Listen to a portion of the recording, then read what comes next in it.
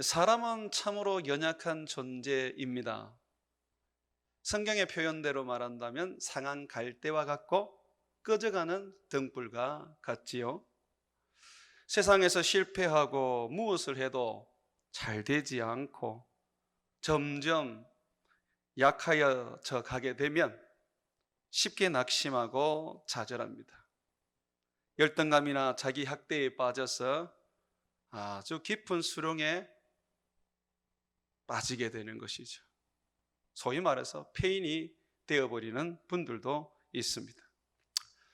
이런 분들은 누구보다도 예수님 앞에 나와야 합니다. 예수님의 십자가를 붙잡고 그분의 은혜와 그분의 치유하심과 새 힘을 얻어야 합니다. 그럴 때에 그 실패와 그리고 좌절 속에서 다시 살아날 수가 있습니다.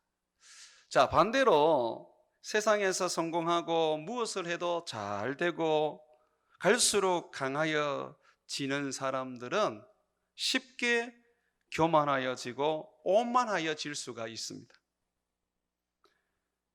사람들을 무시하고 자신이 제일 잘난 것 같이 그렇게 행동을 하게 되죠.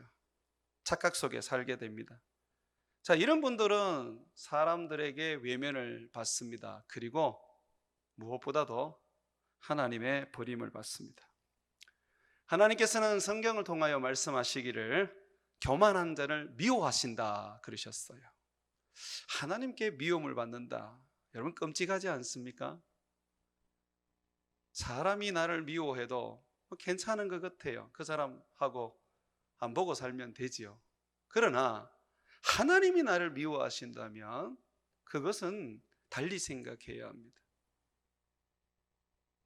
또한 성경은요, 교만한 자를 대적하신다 라고도 하시고 물리치신다 라고도 합니다. 그래서 우리는 하나님 앞에서 교만해지고 높아지면 그냥 하나님의 원수가 되는 것입니다. 하나님의 원수는 사단인데 내가 하나님의 원수가 되어버린다면 교만해서 말입니다. 그러면 내가 곧 사단이 되어버리는 것이죠. 하나님은 겸손한 자를 가까이 하십니다. 그리고 그 겸손한 자에게 은혜를 주십니다. 그러므로 우리가 교만하여 져갈 때, 교만하여 졌을 때 빠르게 예수님께 나와서 회개하고 예수님의 그 은혜 안에 우리가 머물러서 예수님으로부터 겸손을 배워야 합니다. 예수님은 겸손의 왕이십니다. 그에게 모든 겸손이 있습니다. 유다의 왕 우시야가 성공하고 잘되고 강성하여지면서 그도 교만하여져 버렸습니다. 이 우시야는 참 좋은 왕이었고 선한 왕이었어요. 하나님께서 이 우시야에게 복을 주시고 은혜를 주셔서 우시야가 굉장한 어떤 강성한 나라를 만들었습니다.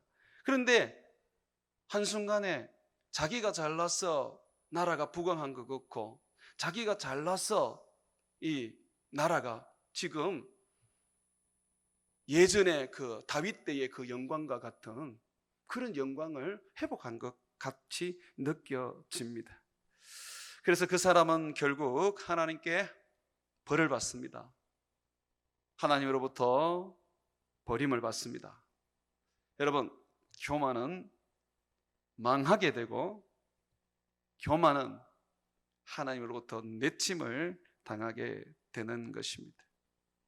그래서 잘 될수록 더욱 자기 자신을 살펴 하나님 앞에 겸손해야 되고 감사해야 되고 하나님께 영광을 돌리며 자신을 쳤어 복종시키는 삶을 살아야 하는 것입니다.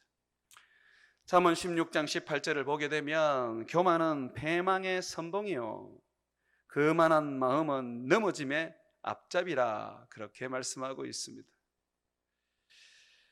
또한 교만은 그 자체가 범죄입니다. 범죄. 하나님께 짓는 범죄입니다. 잠언서 21장 4절에 보게 되면 눈이 높은 것과 마음이 교만한 것과 악인이 형통한 것은 다 죄니라, 그렇게 말하고 있는 것입니다. 그래서 우리는 오늘 우시야를 통해서 우리 자신을 한번 돌아보고 우리가 교만하지 않도록 우리 하나님 앞에 우리 자신을 그렇게 살도록 애쓰고 힘써야겠습니다.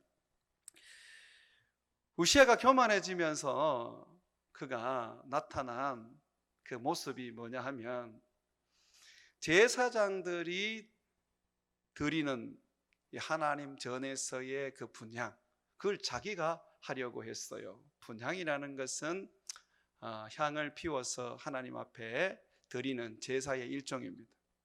그러니까 우시야 왕이 자기가 제사를 주관하고 싶었어요. 고대 국가들을 보게 되면, 고대 국가들은 대부분 왕들이 신의 아들이기 때문에, 사실은 신의 아들이 아니죠. 그런데 그렇게 백성들에게 말해서 백성들로 믿게 하고 그 나라를 통치하려고 하는 것이죠. 신의 아들이기 때문에 그들은 또한 그 신에게 제사 지내는 제사장입니다. 그래서 왕들이 이 제사를 지냈어요. 그런데 우리 하나님은 그렇게 못하게 하셨습니다. 왕은 왕의 역할이 있고 제사장은 제사장의 역할이 있었습니다. 그래서 아무리 왕이라 할지라도 제사를 드리게 되면 하나님의 진노를 사게 되고 하나님으로부터 큰 벌을 받게 됩니다. 사울 왕이 버림받은 그 근본적인 원인 중에 하나가 그가 제사를 드렸기 때문에 그렇습니다. 이 우시야 왕이 나라가 부강해지고 인근의 나라들이 자기에게 조공을 바치면서 소위 말해서 Great King, 위대한 왕이 되다 보니까 교만해지기 시작했습니다. 그러면서 그는 이런 생각을 하게 되었습니다. 제사장 없이 나는 하나님께 분향할 수 있다. 나는 제사장 없이 하나님께 예배할 수 있다. 왜냐하면 나는 위대한 왕이다. 나는 사람들이 존경하고 두려워하는 큰 왕이다. 내 나라가 지금 이 팔레스타인에 있는 내 나라가 수많은 나라들을 지배하고 그들을 리드하고 있지 않느냐. 그러므로 나는 하나님께 스스로 홀로 나아가서 예배할 수 있다. 그렇게 생각을 했던 것입니다. 우시야 왕은 분향하기 위해서 성전으로 들어갔습니다. 그때의 제사장, 대제사장입니다. 아마샤가 제사장 한 80인을 데리고 가서 막았습니다. 안 됩니다, 왕이요. 아무리 왕이라도, 아무리 위대한 그런 왕이 되셨다 할지라도 제사만은 못합니다. 이것은 하나님께서 아론의 자손들에게만 요구하시고 허락하신 것입니다. 그러니까 왕이 화를 내요. 막 화를 내니까 갑자기 그의 이마에 문둥병이 생겨버렸던 것입니다. 문둥병이 생기니까 성전에 더 이상 있을 수가 없는 거예요. 그래서 이 우시야 왕이 급히 성전을 빠져나갑니다. 그리고 그때부터 그는 나라를 통치하는 일을 중단하게 됩니다. 실질적으로 16세의 왕이 되어서 거의 52년을 나라를 다스렸는데요, 실질적으로는 몇 년을 다스리질 못했어요. 왜냐하면 문둥병이 되고 난 다음부터는 그의 아들이 대신하여 나라를 다스렸습니다. 왕으로 자기 이름이 올라가 있었지만 실질적으로 통치자는 자기 아들이었다는 말이죠. 하나님 앞에 교만하여 자기 스스로 하나님 앞에 예배할 수 있다는 그 잘못된 교만함으로 인하여 결국은 그는 하나님으로부터 버림을 받고 별궁에 혼자 홀로 거하면서 죽을 때까지 외로움 속에 회개하며 살았던 것입니다. 이 우시아의 이 이마에 이 문둥병이 생긴 것은 상당히 의미가 있습니다. 이 대제사장이요, 하나님 앞에 제사를 드릴 때는 관을 쓰게 되는데, 머리에 관을 쓰게 되는데, 거기에 이제 이마에 하나의 어떤 패가 있습니다. 그게 뭐냐면 이 글이 하나 적혀 있는데요, 여호와께 성결이라는 것이 이렇게 이마 부분에 패로 글이 새겨져 있습니다. 그러니까 제사장은 하나님 앞에 성결한 자입니다.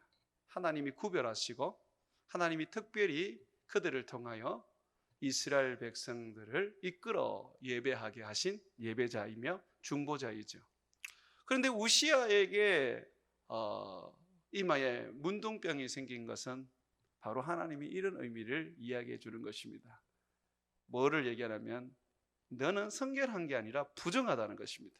문둥병 그 자체가 율법으로 부정하고, 그리고 그 문둥병은 저주받은 그런 어떤 것이거든요.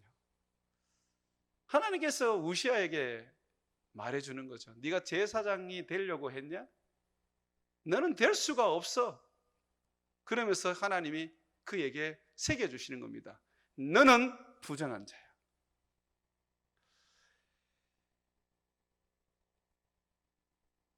어느 누구도 혼자서 하나님께 직접 나갈 수 없습니다. 지금도 마찬가지입니다.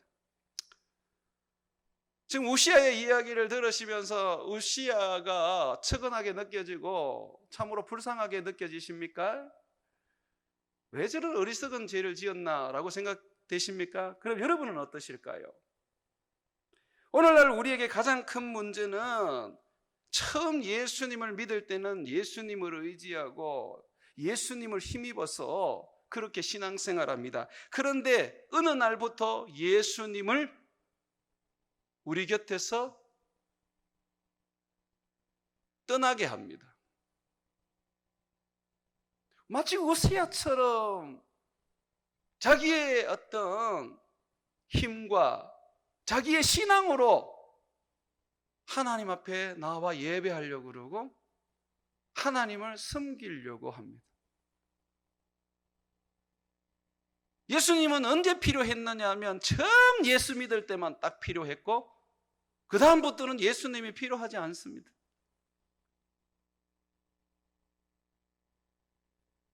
이것이 오늘날 한국교회의 가장 큰 문제입니다. 처음 예수 믿을 때 예수님이 필요하고 죄를 지으면 회개해야 되니까, 죄 씻음을 받아야 되니까 예수님이 필요하고, 귀신을 쫓아내야 될 때 예수의 이름이 필요하니까 예수님이 필요합니다. 어떤 목사님들은 예수의 이름으로 기도하는 것을 이제는 중단해도 된다 그렇게 이야기합니다.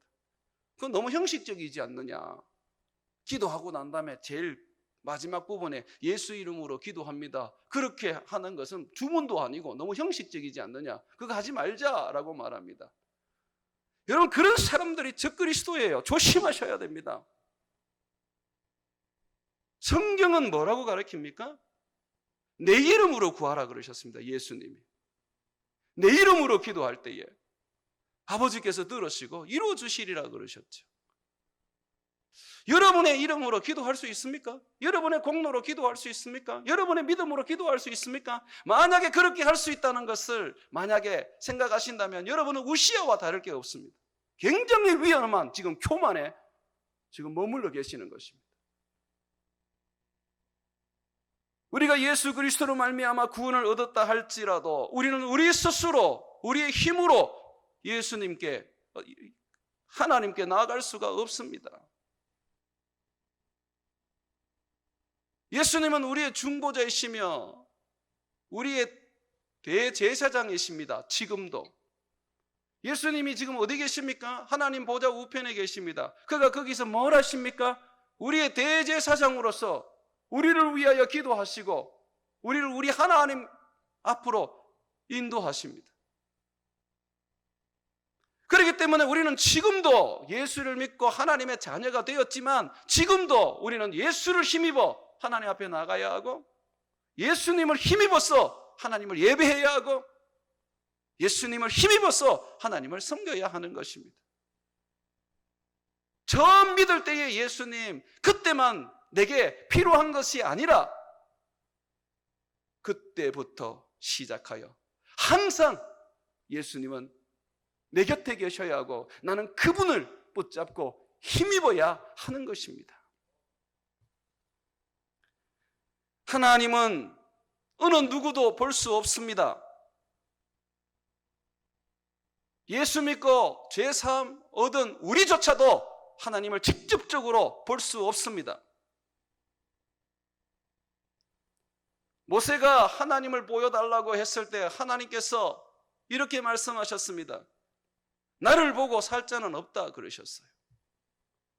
그래서 주님께서는 모세를 바위와 바위 사이에 숨기고 그리고 그의 등만 보여주셨습니다. 그를 살리려고 말이죠.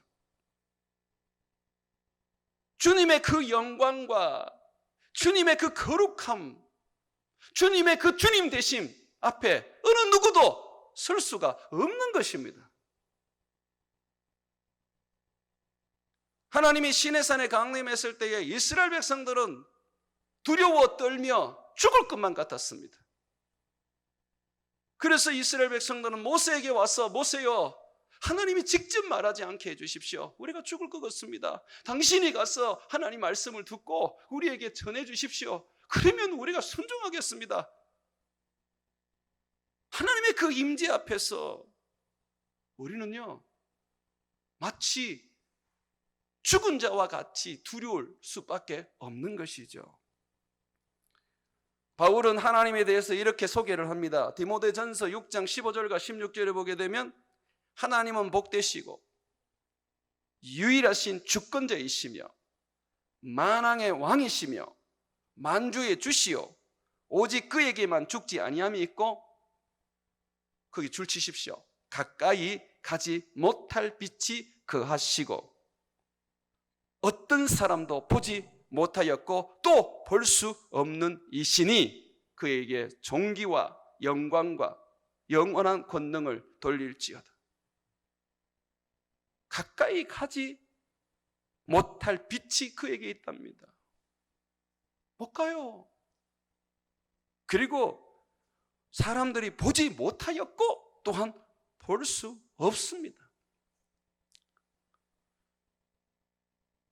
신학교에서는 논쟁이 일어납니다. 하나님을 볼 수 있다라는 논쟁과 하나님을 보지 못한다는 논쟁이 일어납니다. 왜 그 쓸데없는 논쟁들이 신학교에서 일어나는지 모르겠어요. 성경이 못 본다고 얘기를 하고 있는데 가까이 가지 못할 빛이 있다고 말하고 있는데 영광과 존귀와 영원한 권능으로 가득하신 분이라고 말하고 있는데 왜 자꾸 하나님에 대해서 우리가 쉽게 생각하는지 모르겠어요.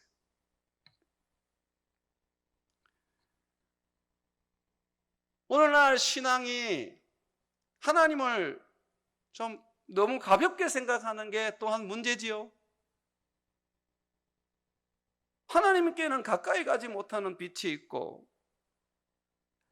하나님은 아무도 볼 수 없는 그런 위엄과 영광스러운 분이신데 우리는 하나님께 너무 쉽게 이렇게 대합니다.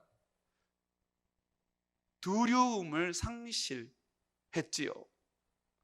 성경은 하나님을 두려워하라고 그러고 하나님을 경외하라고 가르치는데 말입니다. 이 두려움이라는 거, 경외함이 같은 말이에요. 하나님이 우리 아버지라도 그 아들을 아낌없이 우리에게 주셨다 할지라도 우리는 우리 하나님에 대하여 두려움이 있어야 합니다. 함부로 하면 안 돼요. 그것이 신앙입니다. 그래서 하나님을 우리가 볼 수 없고 하나님을 가까이 할 수 없기 때문에 하나님은 자기와 우리 사이에 중보자를 세우십니다.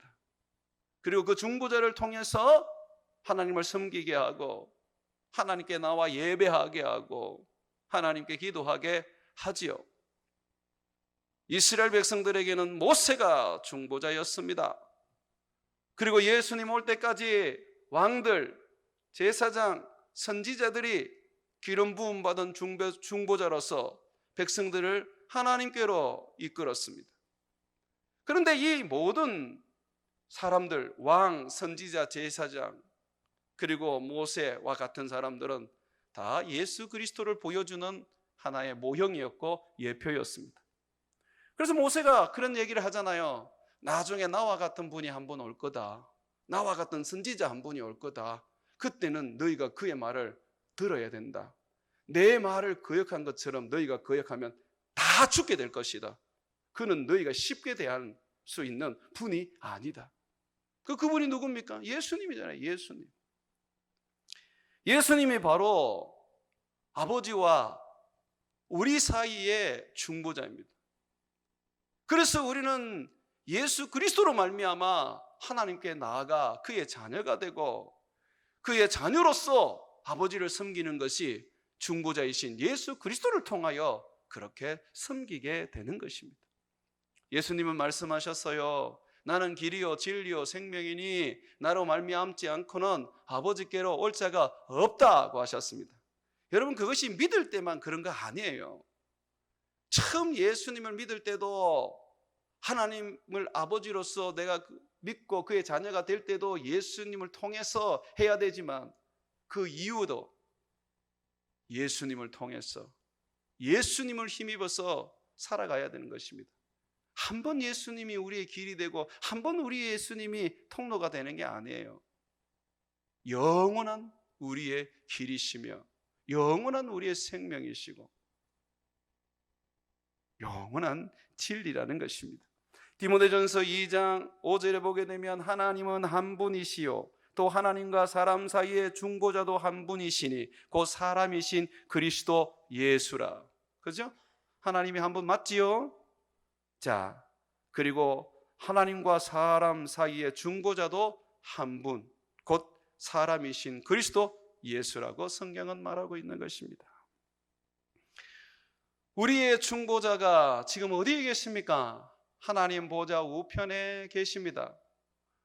그가 거기에서 대제사장으로서 그는 우리를 위하여 밤낮으로 기도해 주시고 그리고 그는 우리를 대신하여 간구하실 뿐만 아니라 우리가 힘입어서 하나님 보좌 앞에 나갈 수 있도록 하시는 분이시죠. 히브리서 7장 25절과 26절에 보게 되면 그러므로 자기를 힘입어 예수님을 힘입어 하나님께 나아가는 자들을 온전히 구원하실 수 있으니 이는 그가 항상 살아 계셔서 그들을 위하여 간구하심이라. 우리가 예수님을 힘입어 하나님 앞에 나아갈 때에 온전히 우리를 구원하실 수 있습니다. 예수님께서. 왜냐하면 그는 지금도 살아 계신 우리를 위하여 간구하시는 분이기 때문에 그렇죠. 이러한 대제사장은 우리에게 합당하니 거룩하고 악이 없고 더러움이 없고 죄인에게서 떠나 계시고 하늘보다 높이 되신이라. 예수님은 지금 우리의 대제사장이십니다. 그걸 놓치면 안 돼요. 목사님들이 한 번씩 자기들이 제사장이라고 말하는데 그거 위험한 발상입니다. 물론 우리가 예수 그리스도 안에서 복음의 제사장인 거 맞습니다. 이방인들에게 복음을 전하는 자들이기 때문에 그렇습니다. 그런데 하나님과 백성 사이의 중보자로서의 제사장은 절대 아닙니다. 그렇게 말하는 목사들은 여러분 위험한 목사들이고 적그리스도이고 거짓 선지자입니다. 여러분이 나를 통해서 하나님께 나갈 수 있겠습니까? 절대로 안 됩니다. 여러분들이 하나님께 나아가는 것은 오직 예수 그리스도를 힘입어야 되는 것입니다. 그래서 우리가 하나님 앞에 나아갈 때는 중보자이신 예수님을 굳게 붙잡아야 합니다. 한번 성경 찾아보겠습니다. 이건 찾아야 되겠어요. 히브리서 4장 14절에서 16절, 신약 성경입니다. 신약 성경 357면 한번 보십시오. 357면 히브리서 4장 14절에서 16절 말씀입니다. 14절 보십시오. 히브리서 4장 14절. 그러므로 우리에게 큰 대제사장이 계시죠? 어디 계십니까? 하나님 보좌 우편에 계시죠? 성천하시니, 맞지요? 하늘로 성천하시니 곧 하나님의 아들 예수시라. 자, 거기에 이런 말을 합니다. 우리가 믿는 도리를 굳게 잡을지어다. 자, 우리가 믿는 도리를 굳게 잡습니다. 요거는 제가 다시 설명을 해드릴게요. 자, 이 굳게 잡고 어떻게 합니까? 자, 이렇게 말합니다. 16절. 그러므로 우리는 긍휼하심을 받고 때를 따라 돕는 은혜를 얻기 위하여 은혜의 보좌 앞에 담대히 나아갈 것이니라. 그 예수 그리스도를 굳게 잡고 우리가 믿는 도리를 굳게 잡을 때 우리는 긍휼하심을 받고 때를 따라 돕는 은혜의 그 보좌 앞으로 담대히 나아갈 수 있는 것입니다. 그렇다면 예수님을 우리가 안 붙잡으면 보좌 앞에 나아갈 수 있느냐? 못 나갑니다, 여러분. 예수님이 뭐라 그러셨지요? 나를 떠나서는 너희가 아무것도 할 수 없다 그러셨습니다. 사역만 못하는 게 아니에요. 하나님 앞에 예배도 못하고 하나님을 섬기지도 못하고 하나님 앞에 나갈 수도 없는 거예요. 마치 어린아이가 어디를 가든지 그 엄마를 붙잡고 그 엄마 손을 놓지 않는 것과 같이 우리가 그런 자들입니다. 엄마를 놓아버리면 그때부터는요 고아가 되는 거예요.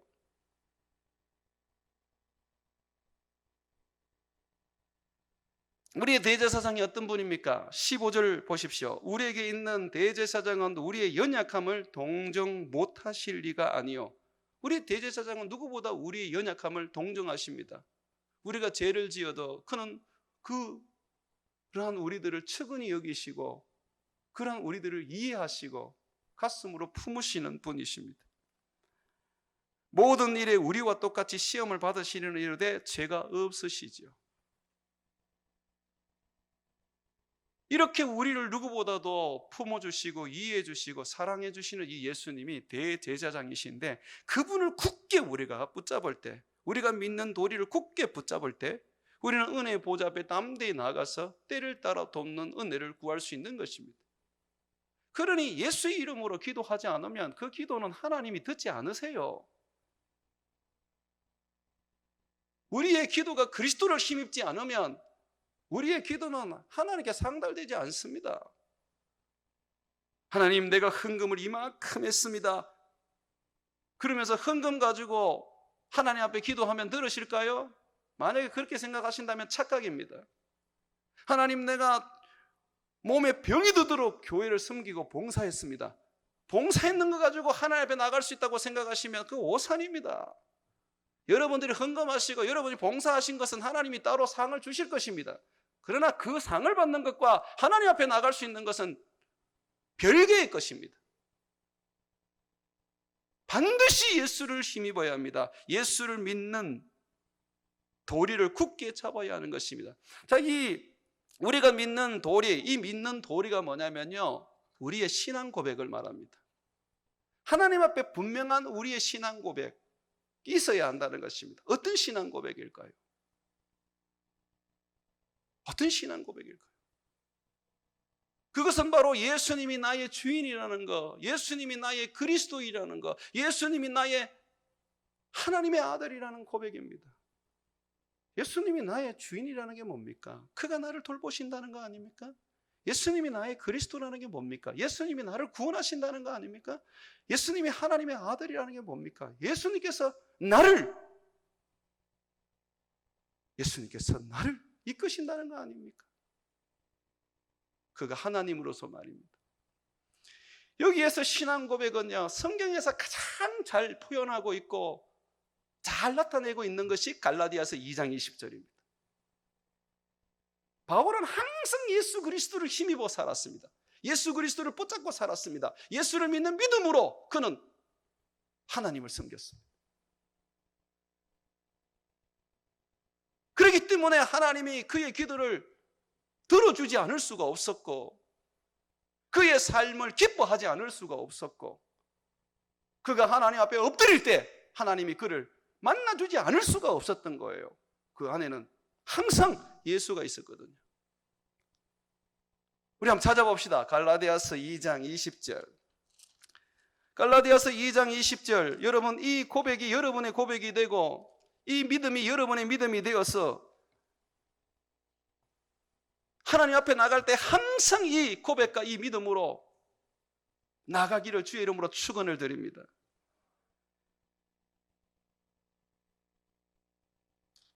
갈라디아서 2장 20절 말씀 우리 다 같이 한번 읽어보겠습니다. 시작. 내가 그리스도와 함께 십자가에 못 박혔나니 그런즉 이제는 내가 사는 것이 아니요 오직 내 안에 그리스도께서 사시는 것이라. 이제 내가 육체 가운데 사는 것은 나를 사랑하사 나를 위하여 자기 자신을 버리신 하나님의 아들을 믿는 믿음 안에서 사는 것이라.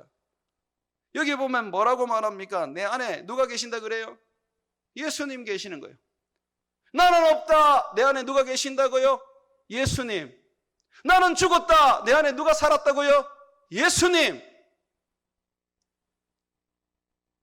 예수 죽음 내 죽음, 예수 부활 내 부활, 예수 성천 내 성천, 예수 재림 내 재림.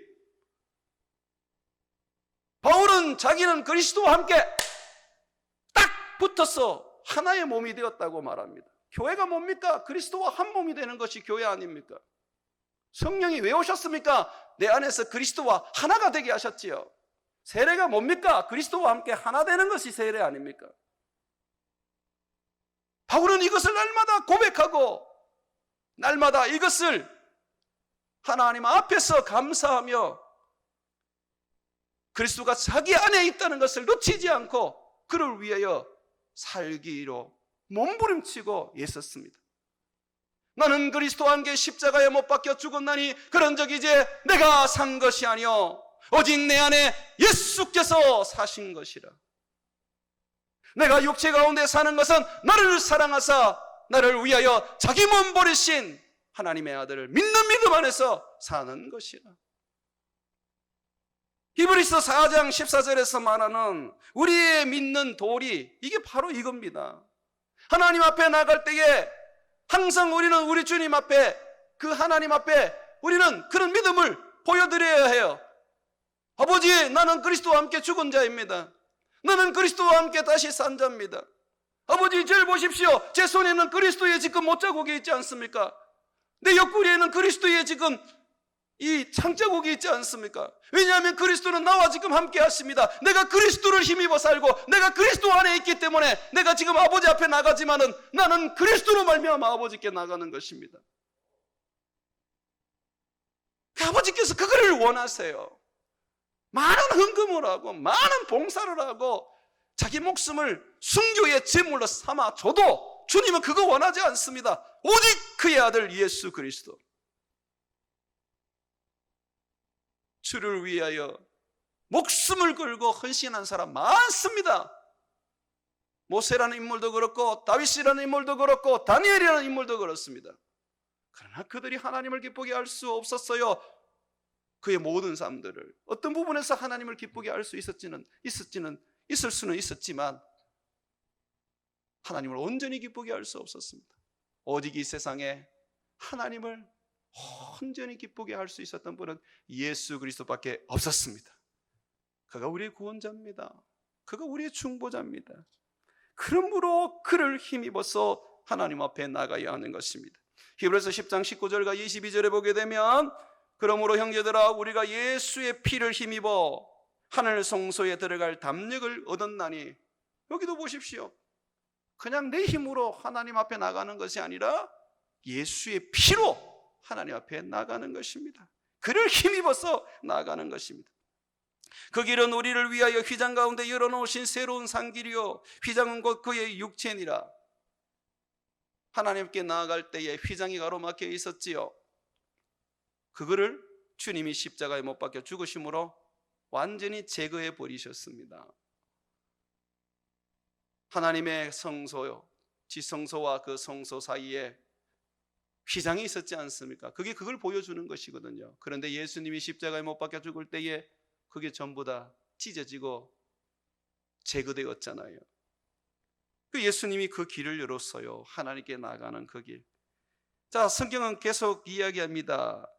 하나님의 집 다스리는 큰 제사장이 지금도 계심에 우리가 마음의 뿌림을 받아 악한 양심으로부터 벗어나고 몸은 맑은 물로 씻음을 받았으니 이미 각오 완료입니다. 그렇죠? 예수를 믿음으로 말미암아 죄 사함을 받고 씻음을 받고 깨끗하여졌지요. 여러분 믿으십니까? 예수님이 그러셨잖아요. 우리가 죄를 지어도 너희는 이미 깨끗하다 그러시면서 너희는 그래도 발을 씻어야 된다. 우리가 죄를 지었을 때에 예수님은 날마다 우리의 죄를 씻어주십니다. 그게 발 씻는 거예요.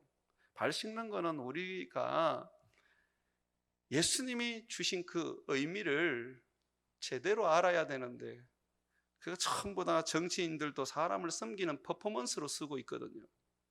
실질적으로는 예수님이 실질적으로 보여주시는 죄 사하시는 그의 은혜인데 말입니다. 그러면서 성경은 말합니까? 자, 맑은 물로, 몸이 맑은 물로 씻음을 받았으니 어떻게 하라 그래요? 참 마음과 온전한 믿음으로 하나님께 나아가라 그래요. 여기서 온전한 믿음 무엇입니까? 믿음이 뭐예요? 예수를 힘입는 것이 믿음이죠. 예수를 힘입어 살아가는 것이 믿음이죠. 예수님을 힘입어 사역하는 것이 믿음이죠. 예수를 힘입어 기도하는 게 믿음이죠. 예수 없는 것은 믿음이 아닙니다. 사랑하는 성도 여러분, 여러분들은 우시아 왕과 같이 내 힘으로, 내 공로로 혹시 하나님께 나아가고 있지는 않으십니까? 이제는 제사장이 필요 없다 그렇게 생각하고 계시진 않으십니까? 그것이 교만이고 패망의 길입니다. 우리에게는 여전히 예수님이 필요합니다. 지금 이 밤에 여러분이 가장 절실하게 필요한 것은 돈도 명예도 건강도 아닌 예수인 줄로 믿습니다. 예수, 그를 믿는 믿음으로 하나님 앞에 나아가십시오. 예수의 이름으로 기도하십시오. 예수를 힘입어 하나님께서 나오는 그 자를 만나주시고 때를 따라 또 없는 은혜를 부어주실 것입니다. 예수님께서 말씀하신 것을 잊지 마십시오. 나를 떠나서는 너희가 아무것도 할 수 없다라고 하셨던 그 말씀, 오늘 이 밤도 예수 붙잡고 하나님 앞에 담대히 나아가 우리의 구할 것을 구하는 축복된 기도의 시간 되기를 주의 이름으로 축원을 드립니다.